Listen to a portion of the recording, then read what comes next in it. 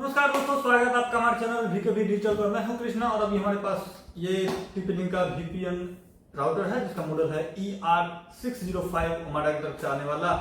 दोस्तों ये business solutions ये राउटर है। बेसिक सा है। आप बहुत अगर बेसिक है या फिर नॉर्मली अगर कर सकते हैं, मीडियम साइज का भी आपका अगर बिजनेस है तो वहाँ पे इसका इस्तेमाल कर सकते हैं। काफी बढ़िया आपको मिलने वाला परफॉर्मेंस वगैरह सब काफी बेहतरीन आपको मिल जाता है। अगर आप घरेलू इस्तेमाल करना चाहते हैं तब भी काफी बेहतरीन है।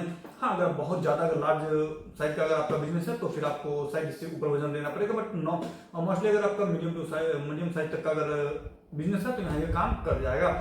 और इसके बारे में काफी अगर डिटेल्स में जाना है तो आप हमारे चैनल पर विजिट कर सकते हैं, जहाँ हमने इसके बारे में काफी सारा वीडियो बनाया हुआ है और बताया हुआ है कि ये किस तरह से काम करता है, क्या फैसिलिटीज आपको इसमें मिल जाता है और किस तरह इसका परफॉर्मेंस वगैरह रहता है। इस वीडियो में हम अभी बात करने वाले हैं, मैंने जो जानेंगे वो है कि आखिरकार इसमें एक फैसिलिटीज आता है जो कि वर्चुअल वैन करके ऑप्शन आ जाता है।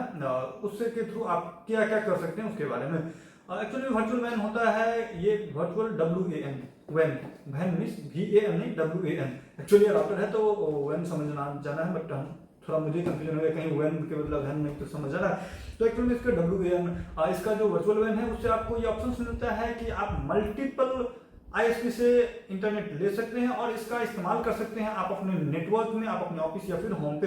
अगर आपके एरिया में सपोज कर लेते हैं जैसे कि अगर आपका 100 MBPS का ही स्पीड मैक्सिमम आपको मिल पा रहा है, बट आपको चाहिए 1000 MBPS के, मतलब 300 MBPS का, 200 MBPS का, या उससे अधिक चाहिए, 100 से ज्यादा चाहिए, तो फिर कैसे होगा। तो उस कंडीशंस में आप इस्तेमाल कर सकते हैं इसका 2 या फिर 3 या फिर 4 पोर्ट का इस्तेमाल कर लीजिए और मल्टीपल 100 MBPS का लगा सकते हैं। अगर हमें 300 MBPS का अगर स्पीड चाहिए होगा और इसका अगर 100 MBPS का, तो हम 3 ISP से इंटरनेट लेंगे और इसका इस्तेमाल कर लेंगे 300 MBPS का। हालांकि उसका भी कुछ लिमिटेशंस है। बहुत सारे ऐसे कंफ्यूजन रहेंगे कि 300 MBPS है तो क्या एक ही पोर्ट पे 300 MBPS चला पाएंगे। एक्चुअली में ऐसा नहीं है। बाकी इसके बारे में आपको अगर अधिक जानना है कि किस तरह से वो मल्टीपल ISP काम करता है तो फिर आप हमारे चैनल पर विजिट कर सकते हैं, जहाँ हमने इसके बारे में डिटेल्स में बताया हुआ है कि मल्टीपल वैन से लेने के बाद ये किस तरह से आप उसका यूटिलाइज कर सकते हैं और कहाँ कहाँ पे काम करेगा एक्चुअल 300 MBPS और कहाँ पे काम करेगा आपका सेपरेट 100 MBPS का। तो मैं भी इसका डिसीजन आपको ये वैन करके आपको दे देता है। तो इसे आप किस तरह से एक्टिवेट कर सकते हैं, इनेबल कर सकते हैं। तो इसे इनेबल करने के लिए हमें इसके कंट्रोलर में जाना पड़ेगा, क्योंकि इस पे इसे होने वाला नहीं है। तो कंट्रोलर के थ्रू करने वाले इसको पूरा इनेबल।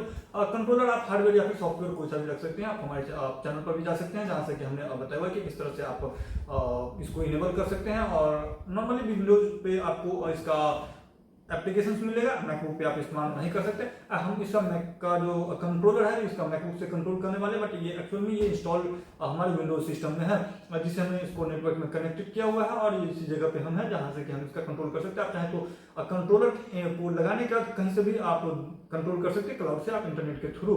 तो चलिए इसको हम करते हैं और बताते हैं कि आपको किस तरह से इसका इनेबल कर सकते हैं या फिर डिसेबल कर सकते हैं, वर्चुअल वैन को एक्टिवेट कर सकते हैं। तो इसके लिए चलते हैं सीधे डिस्प्ले पर।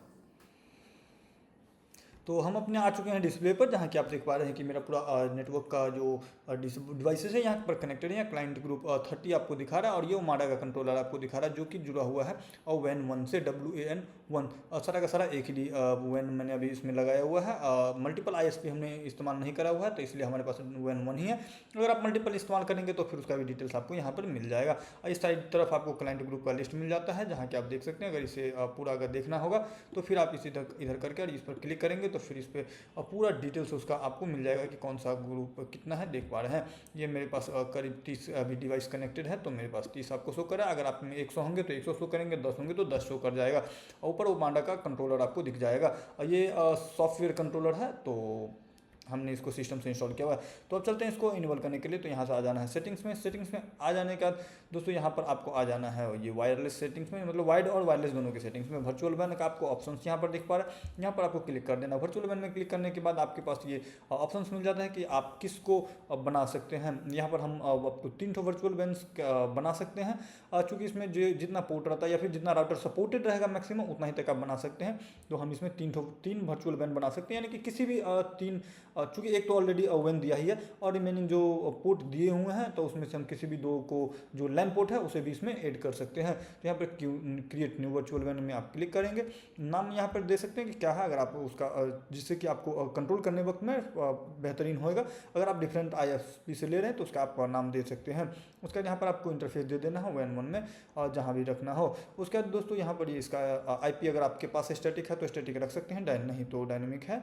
उसके बाद आप DHCP पे आपको इनेबल करना है तो कर सकते हैं या फिर डिसेबल कर लीजिए। हाँ, पूरा डिटेल्स है, पूरा सर्वर आपको इसमें डेटा आपको फिलअप कर देना है जिस हिसाब से आपको जो होस्ट वगैरह आपका जो सर्वर है सेकेंडरी जो आप जो राउटर लगा रहे हैं उसका। उसके बाद दोस्तों यहाँ पर अप्लाई कर देना। फिलहाल हमने इसे नहीं करना है तो हम इसे सेटअप नहीं कर रहे हैं। अगर आप सेटअप करने वाले हैं कर रहे हैं और अगर आप किसी राउटर से करें, अगर कोई भी आपको प्रॉब्लम आता है तो डेफिनेटली कमेंट कीजिए, कोशिश करेंगे उस पर हम वीडियो बनाने का। बट फिलहाल हमें ऐसा सेटअप नहीं करना है तो हम नहीं करें, बता रहे हैं कि इस तरह से आप वर्चुअल WAN आप बना सकते हैं। तो हम फिलहाल करते हैं इसे कैंसिल। दोस्तों ये आपको करने में काफ़ी बेहतरीन होने वाला है जब आप मल्टीपल इस्तेमाल करते हैं WAN का, यानी कि अधिकतम बैंडविड्थ का आपको ज़रूरत है बट ये कम होता है अगर आप चाहते हैं, या फिर बैकअप के तौर पर ही हो या फिर स्पीड अधिक ज़्यादा चाहिए हो, कोई भी रीज़न हो सकता है आपको मल्टीपल ISP से इंटरनेट चाहिए होगा। तो अगर आप लोड बैलेंसिंग के तौर पर भी इस्तेमाल करना चाहते हैं तब भी ये काम कर जाएगा वर्चुअल WAN में। जैसे कि अगर आप या फिर बैकअप के तौर पर भी इस्तेमाल कर सकते हैं कि किसी भी कंडीशन में अगर एक इंटरनेट फेल होता है, सपोज कर लेते हैं एक जियो और एक एयरटेल हमने लगाया, अगर प्राइमरी मेरा एयरटेल है और सेकेंडरी जियो है तो हम चाहेंगे कि अगर जब भी एयरटेल फेल हो जाएगा तो जियो पर आ जाना चाहिए। तो वो भी इस तरह से आप कर सकते हैं कि डबल WAN लगा देंगे तो आ जाएगा। अगर आप 3 लगाना चाहते हैं तो 3 लगा लीजिए, अगर एक फेल होगा तो दूसरा वो भी फेल हो जाएगा तो तीसरा आ जाएगा, या फिर तीनों से इक्वली डिस्ट्रीब्यूट करा जाएगा कि जो डेटा है और तीनों से अलग अलग लिया जाएगा। तो इस तरह से दोस्तों कर सकते हैं कॉन्फ़िगर। अगर आपको इससे रिलेटेड कोई भी क्वेश्चन रह जाता है फिर भी तो आप नीचे कमेंट करके पूछ सकते हैं। साथ ही साथ आपको इस राउटर के रिलेटेड अगर कोई भी इन्फॉर्मेशन चाहिए होगा तो आप हमारे चैनल पर जाकर के विजिट कर सकते हैं। बहुत सारे वीडियो हमारे चैनल पर अपलोडेड है जहाँ कि आपको लगभग इसके सारे रिलेटेड वीडियो में सारी जानकारी मिल जाएंगे। बट फिर भी अगर क्वेश्चन रह जाता हो तो आप नीचे कमेंट करके पूछ सकते हैं। अगर ये भी इन्फॉर्मेटिव वीडियो आपको अच्छा लगा हो और बेहतरीन आपको समझने में बेहतर आपको मिल पाता है, अगर आप नेटवर्किंग या फिर साइबर सिक्योरिटी के स्टूडेंट्स है या फिर अगर साइबर सिक्योरिटी का काम करते हैं या फिर नेटवर्किंग का काम करते हैं तो भी आपको ये बेनिफिट आने वाला है। और हमारे चैनल पर इस तरह के वीडियो अपलोडेड होते रहते हैं तो फिर आप हमारे चैनल को सब्सक्राइब जरूर कर लीजिए जिससे कि इस तरह के वीडियो आपको इन्फॉर्मेटिव मिलता रहेगा।